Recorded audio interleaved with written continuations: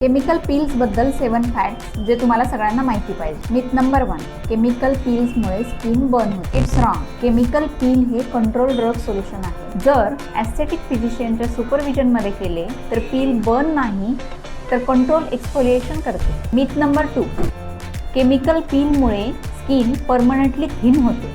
Peel dead स्किनला exfoliate करून नवीन हेल्दी ट्रीटेड स्किनला स्टिम्युलेट कर. मिथ नंबर 3, केमिकल पील केल्याने एका सेशनमध्ये परमनंट रिझल्ट मिळतो. असं नाही.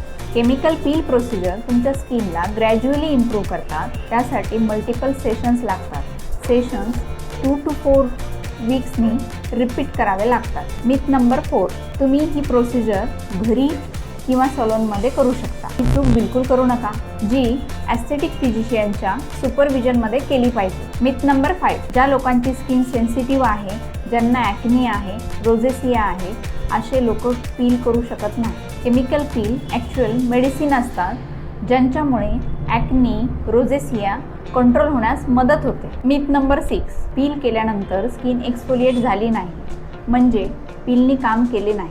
असं नाही. पीलचे वेगवेगळे प्रकार असतात. Superficial, medium, deep. सुपरफिशियल पीलमध्ये एक्सफोलिएशन होत नाही.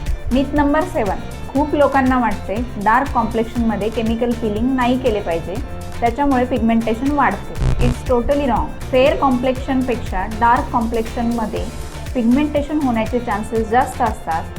पण जर पोस्ट प्रोसिजर केअर प्रॉपर केली आणि एस्थेटिक फिजिशियनच्या सुपरविजनमध्ये केले तर हे कॉम्प्लिकेशन आपण टाळू शकतो.